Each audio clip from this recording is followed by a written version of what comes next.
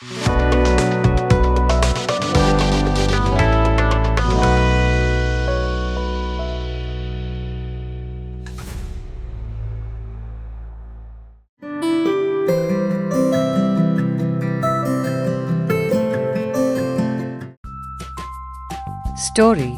The Tortoise and the Hare.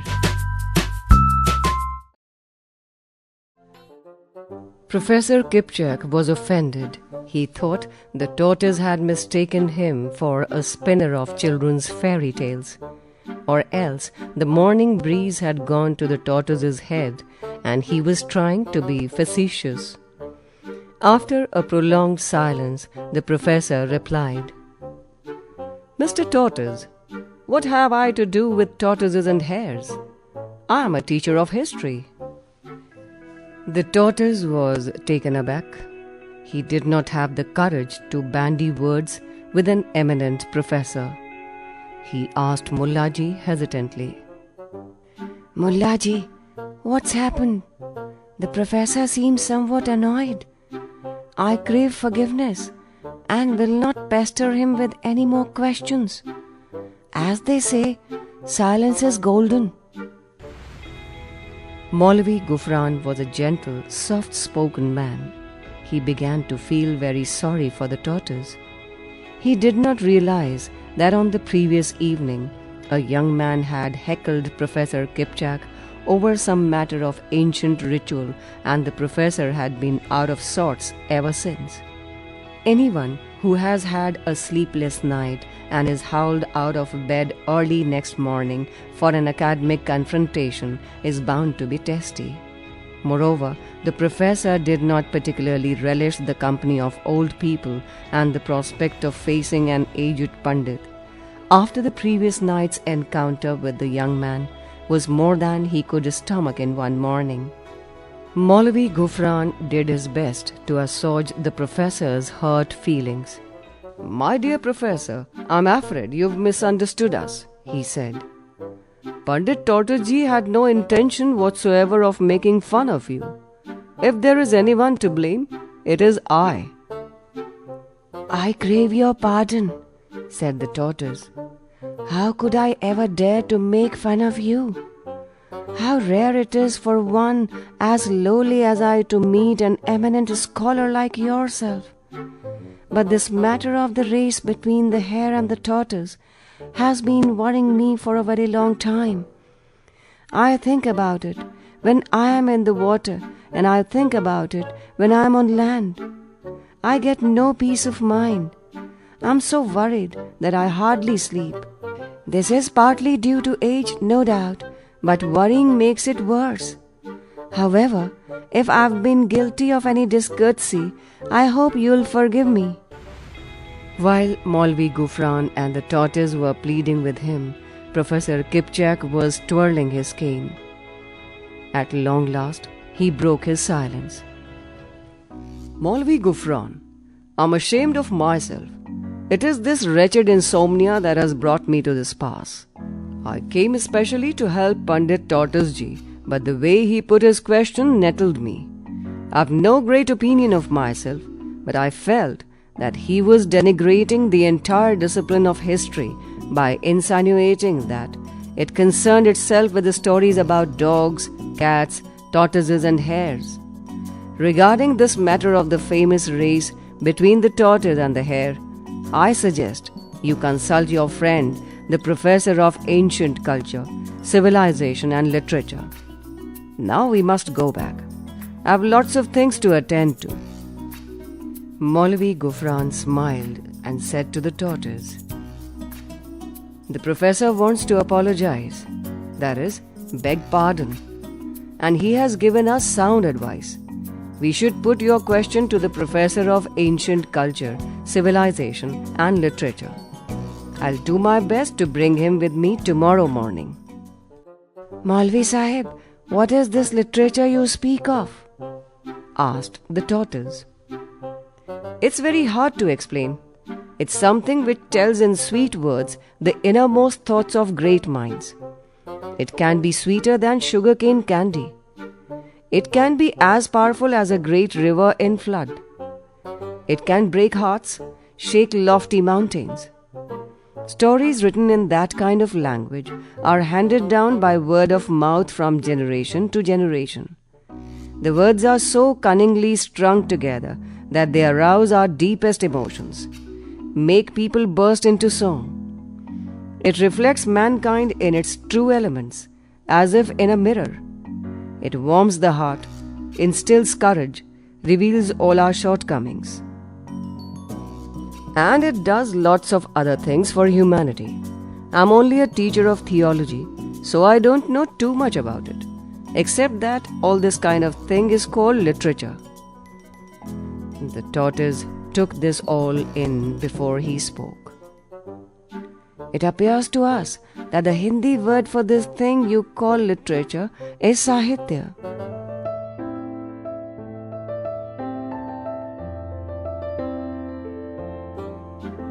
That's quite right, Pandit Tortoise ji. It must be Sahitya, or what we call Adab. Of course. This Sahitya Academy that we have is meant to propagate our literature. So that's settled. Adab is Sahitya, that is literature.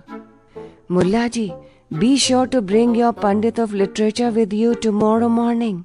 We've lost a lot of time, and I'm losing more and more sleep over this vexed question. Be kind and do not fail me. I promise, replied Maulvi Sahib. They then proceeded towards the bridge. What a mess I've landed myself into, muttered the tortoise to himself. However, let's see what this Sahitya man has to say. I put them a simple, straightforward question, and they tie themselves in knots. I wonder what kind of learning these human beings go in for these days. Maulvi Gufran found himself engrossed in the tortoise's problem. As soon as he returned to the campus, instead of going for his bath and breakfast as was his wont, he made his way to the house of Dr. Filfor. The doctor was surprised to see Maulvi Sahib so early in the day. The doctor was given to smoking his hookah pipe in the mornings. He believed it helped his digestion. He often dozed while smoking and had to skip his bath. He was not very keen on bathing. He was still at his pipe when Maulvi Sahib arrived. "What brings your august feet to honor the abode of this humble creature?"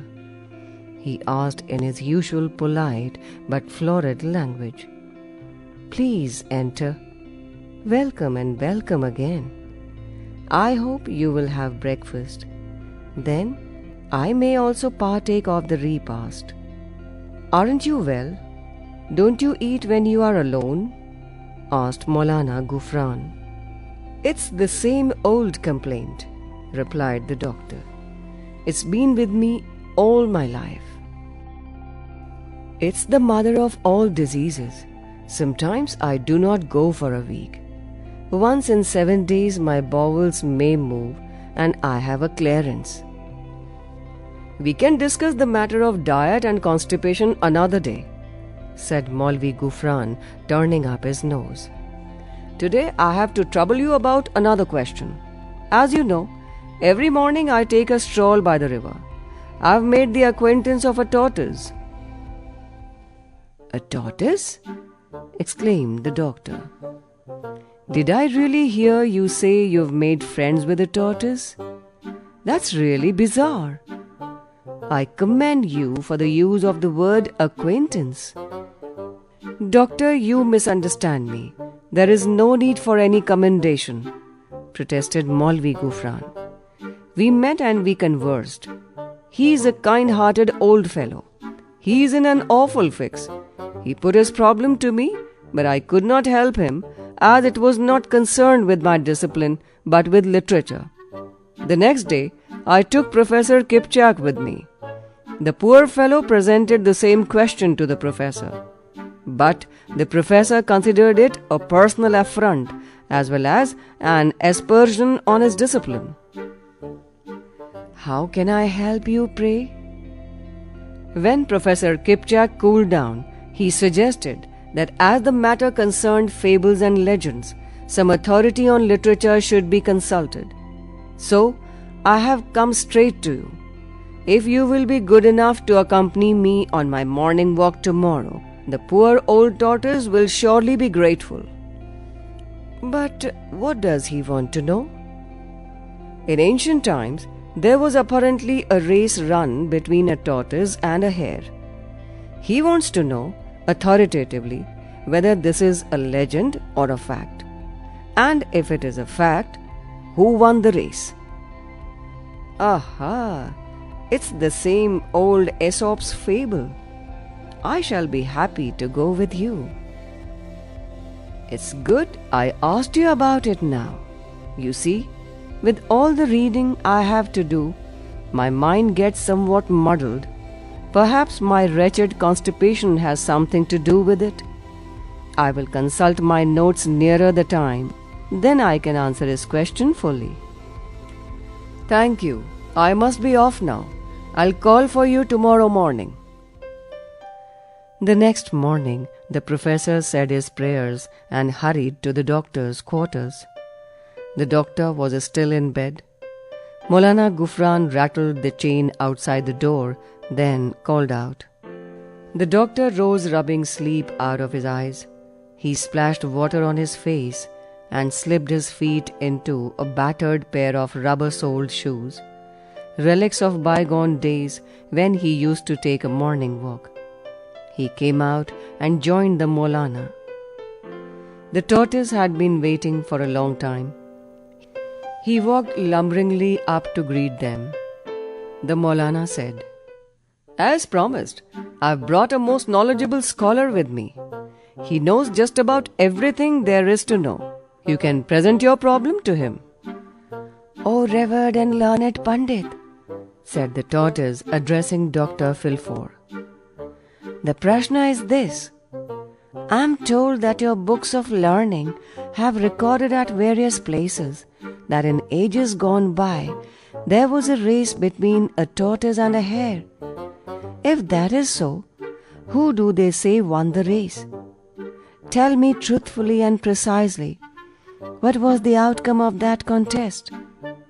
Tell me the truth, the whole truth, and nothing but the truth. Don't spare my feelings."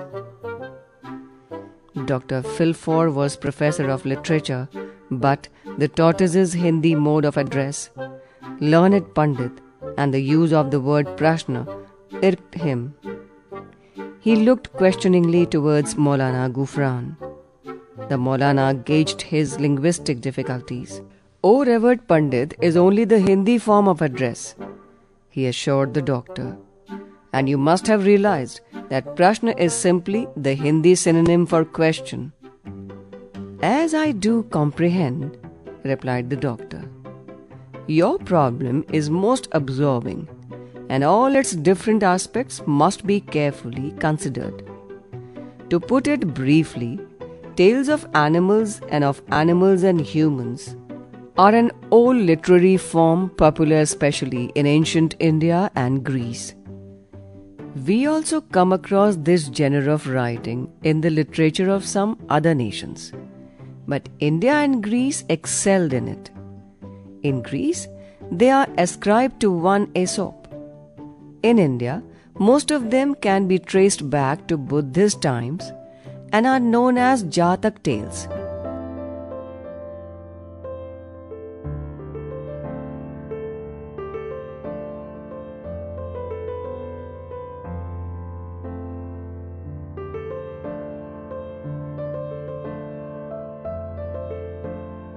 They are associated with the nativity of Gautam the Buddha.